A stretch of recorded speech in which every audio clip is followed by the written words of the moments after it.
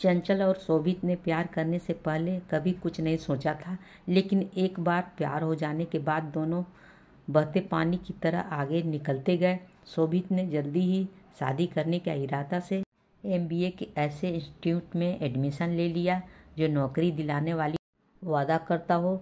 शोभित हड़बड़ी में इसलिए भी था क्योंकि चंचल के घर वाले लड़का तलाश रहे थे। किस्मत और मेहनत रंग ला रही थी। बड़े एमबीए कॉलेज में दाखिला मिलते ही दोनों के मुरझाते मन में पानी की छींटें पड़ गई थी। दोनों को लगने लगा था कि सब कुछ एकदम ठीक हो जाएगा, लेकिन हिंदी फिल्मों की तर्ज पर नाटकीय मोड़ आना ही था सो आया। कोर्स में दाखिला लेने के 1 महीने के भीतर ही चंचल की शादी तय हो गई थी। चंचल बहुत घबराई हुई थी, बल्कि वो दोनों ही बहुत घबराए हुए थे। जी में आ रहा था कि फौरन भागकर शादी कर ले, लेकिन नौकरी नहीं थी और इसी वजह से दोनों के बढ़ते कदम रुक जाते हैं। शोभित बार बार चंचल को और खुद समझाता है कि जो होगा वो अच्छा होगा। दोनों की बात भी हुई कि शादी की बात अपने अपने घरों में कर ले, लेकिन हर बार की कोशिश जाति, उम्र, हैसियत, बेरोजगारी जैसी वजह की भेंट चढ़ जाती। वक्त बहुत तेजी से हाथ से निकल रहा था।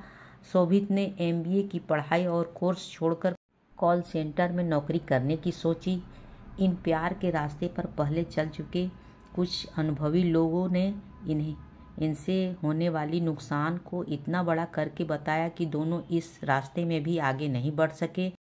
दोनों ने प्यार तो कर लिया था, लेकिन उसके आगे की बातें नहीं सोची थी।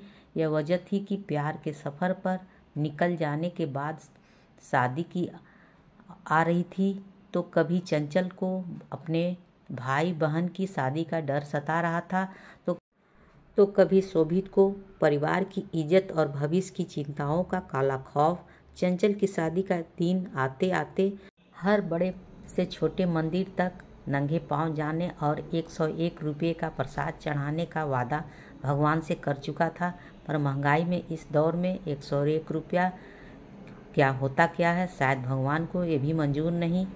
निराश होकर शोभित ने नास्तिक और वास्तविक की ओर कदम बढ़ा दिया।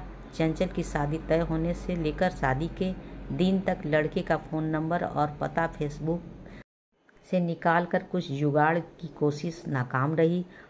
उसकी शादी वाले पूरे दिन शोभित ने मंदिर में ही बिताया। कुछ उम्मीदें शायद अभी भी थी, हालांकि सूरज ढलने के साथ उसकी भी तेजी में कमी आ जा रही थी। हिंदी फिल्मों की तरह शोभित ने अपनी ज़िंदगी में कुछ ज़्यादा ही उतार रखा था, इसलिए शाम होते ही आखिर सलाम करने पहुंच गया मैरिज हॉल। दुल्हन के तैयार होने वाले कमरे में किसी तरह पहुंचकर उसे बोल दिया कि मैं स्टेज पर आऊँगा, तुम मुझे गले लगा लियो। मेरी थोड़ी पिटाई तो पड़ेगी, लेकिन सब ठीक हो जाएगा, शादी कैंसिल हो जाएगी। इतना कहकर शोभित तीर की तरह कमरे में से बाहर निकल गया। शोभित का जोश दोबारा जाग उठा था। अब वो शोभित ब्रह्मास्त्र था। जयमाल होते ही वो स्टेज पर पहुंच जाता है। उसके मन में ब्रह्मास्त्र के चलाने के बाद पीटने का डर था, पर साथ में सफलता की उम्मीद थी। स्टेज पर उसके करीब पहुंचा तो उम्मीद थी कि वह गले लगा लेगी। शोभित ने चुपके से इशारा किया, लेकिन उसके चेहरे पर कोई भाव नहीं था। पर कुछ मिनट रुकने के बाद फोटोग्राफर ने शोभित से कहा, भैया अब उतर भी जाओ। एक झटके में शोभित अपनी सपनीली दुनिया से हकीकत में आ चुका था। चंचल किसी दूसरे की जिंदगी बन चुकी थी।